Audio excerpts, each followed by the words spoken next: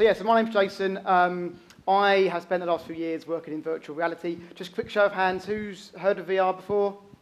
Who's tried it? Not too bad, not too bad. So one of the inherent problems with VR is that it's a very hard thing to articulate without trying it. I love VR. In VR, I'm 6'4", biceps the size of Bournemouth. I love it. I'll be in VR as much as I can. The challenge is for VR, I think, as the industry as a whole, is articulating to people where the value lies outside of what you've probably heard of or seen on the adverts around gaming and that kind of stuff. So in my current role at Jaunt, I spend a lot of time talking to brands. And what I talk to brands about is where the true value of VR lies today. So looking at VR as a tech, where the value lies, who's using it and what for. Because there's a lot of ambiguity in the industry around what products look like, where the market's going to go, and actually taking away the ambiguity and saying this is actually, if you're a brand or an organization, this is how you can use VR to its true benefit now. Doesn't matter. So Jaunt, just to give you a quick bit of background, we are one of the world's leading producers and distributors of VR content. We've worked on over 300 productions now, a range of different partners, all sorts of awards. We actually won an EMEA last week for a piece of content. And basically, over the last 4 years, we have filmed VR in pretty much every scenario there is, whether it's underwater, drones, helicopters, the whole kind of piece. And what excites me the most about VR, I think, is that when people say to me, why is it? What is it about VR that gets you excited? What is it about VR that you think makes it special? And for me, it's because of this quote. I think when VR is done properly, VR can create a connection with the user like no other media. So if you take VR's core strengths of immersing someone into a situation, what you can do is you can forge a connection with that person that just isn't possible in any other form of media. We all know we've spent years watching 16:9 films and TV programs, and over that time we've become masters of that trade. And as consumers, we've become masters of consuming that content. But actually with VR, it allows you to engage with those users in a completely different and new way. And what's exciting about that is that when you do it right, what you get from putting someone in VR is an incredible sense of presence. So obviously, if you are watching this on TV, you kind of see the environment around you, you see that you're on top of Everest, but you don't feel like you're there. You know, we've probably all seen images of Everest before on TV. In VR, you can place someone there, on that mountain. In this particular example, you are there, you're with the guide, you are looking around, you have complete freedom to explore that world around you. So what it does is, even though you know you're in virtual reality, it's still powerful enough to trick your brain into believing that you're there. And what that then does is elicit an incredible sense of intimacy. So the minute you start injecting people into this, all of a sudden what you get is that feeling that actually that was an experience you shared with these people. An example here is a film we did with a band in a tour bus. Now, this kind of goes to this idea of the ticket you can't buy. Normally, if you were to go to a concert, you would stand there, you would see the band. It's obviously a great experience, but you don't get this. What VR can do is place you somewhere that you wouldn't normally go. And in this example, you're watching the band play, and it feels like they're playing to you.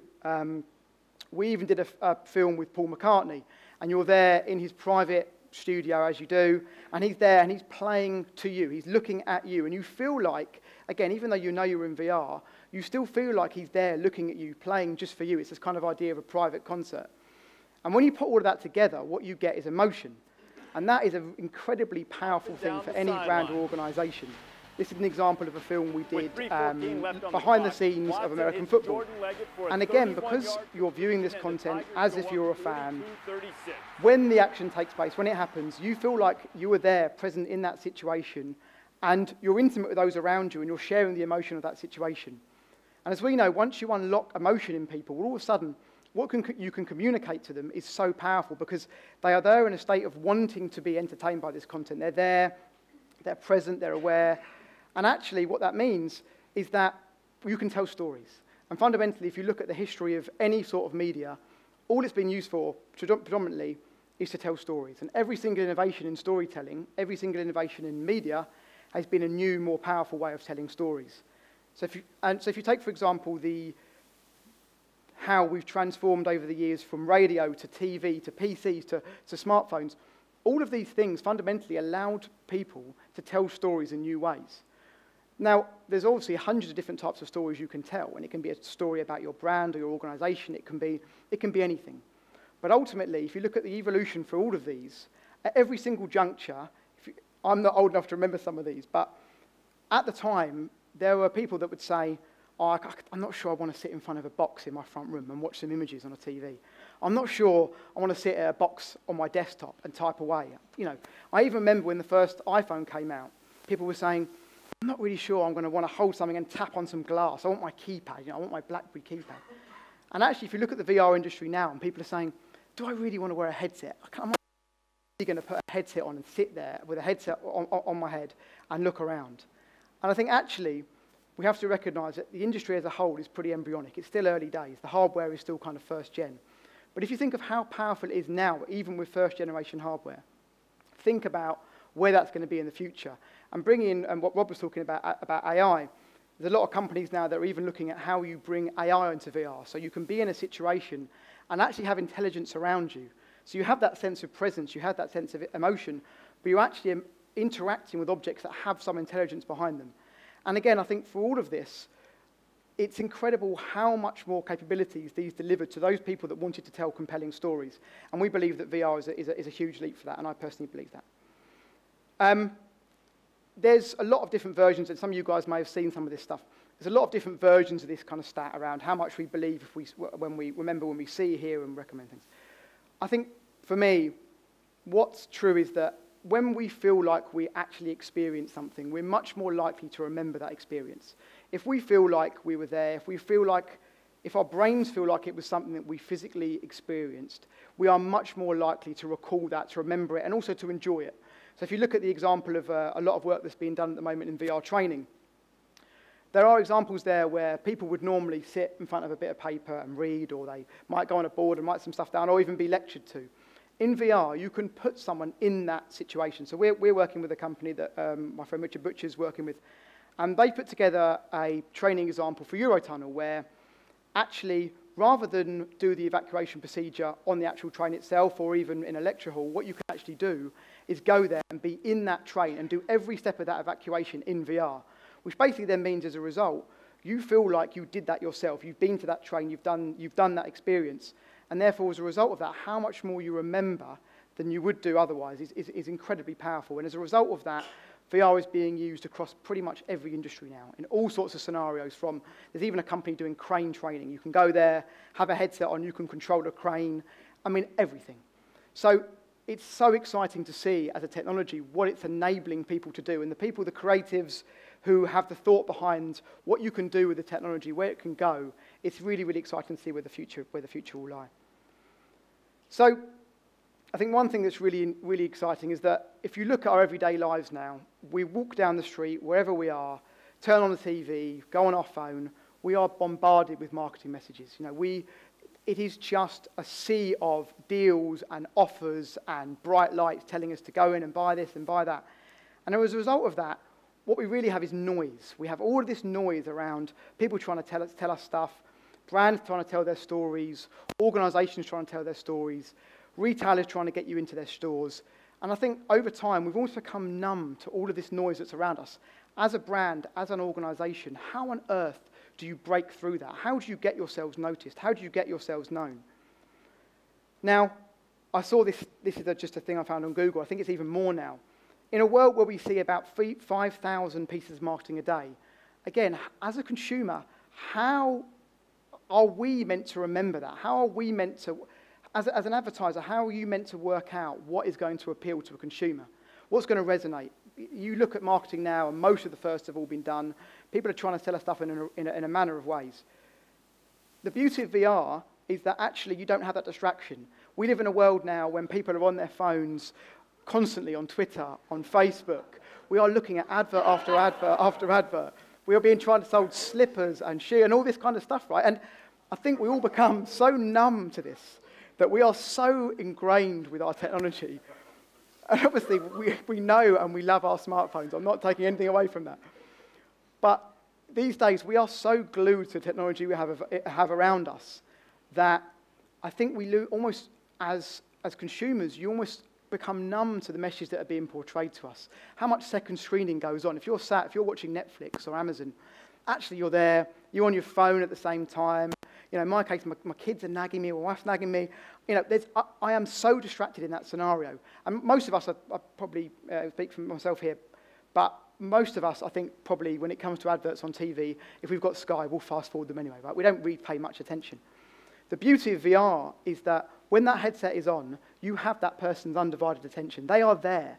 You have them for however long you want, right?